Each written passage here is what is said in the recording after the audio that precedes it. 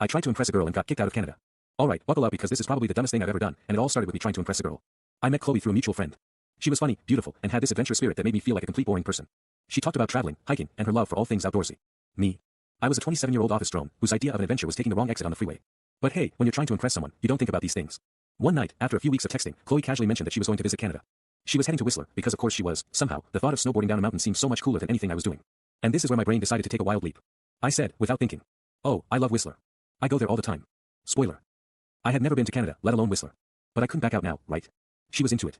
She was asking me all these questions about where to stay, where to eat, and I was definitely not about to admit that I was just pretending. So, I decided to take things even further. I told her, why don't I join you? I can show you around Whistler, I know all the best spots. I didn't even have a passport. But what's a little detail like that when you're in the middle of trying to win over a girl, right? I scrambled to get everything together, booked a flight to Vancouver, and by the time Chloe landed, I was ready. I showed up at the airport in Vancouver like I was some seasoned world traveler. I was wearing a ridiculous amount of layers, because I had no idea what to pack for the Canadian wilderness, but I figured I should look like I belonged there. Chloe was pumped when she saw me, and everything seemed like it was going perfectly. That is, until I hit customs. The officer at customs took one look at my passport and then looked at me like I was the world's biggest idiot.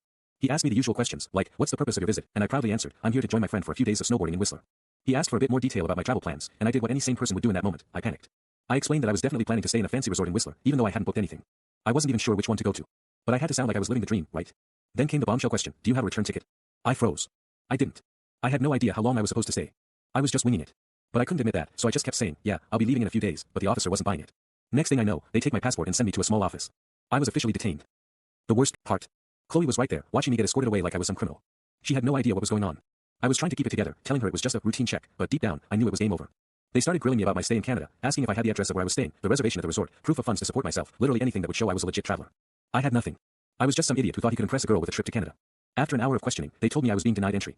Denied entry to Canada because I had no clear plans, no return ticket, and a pathetically fake story about being a seasoned snowboarding expert. They told me I had to leave the country immediately and send me back on the next flight to the US.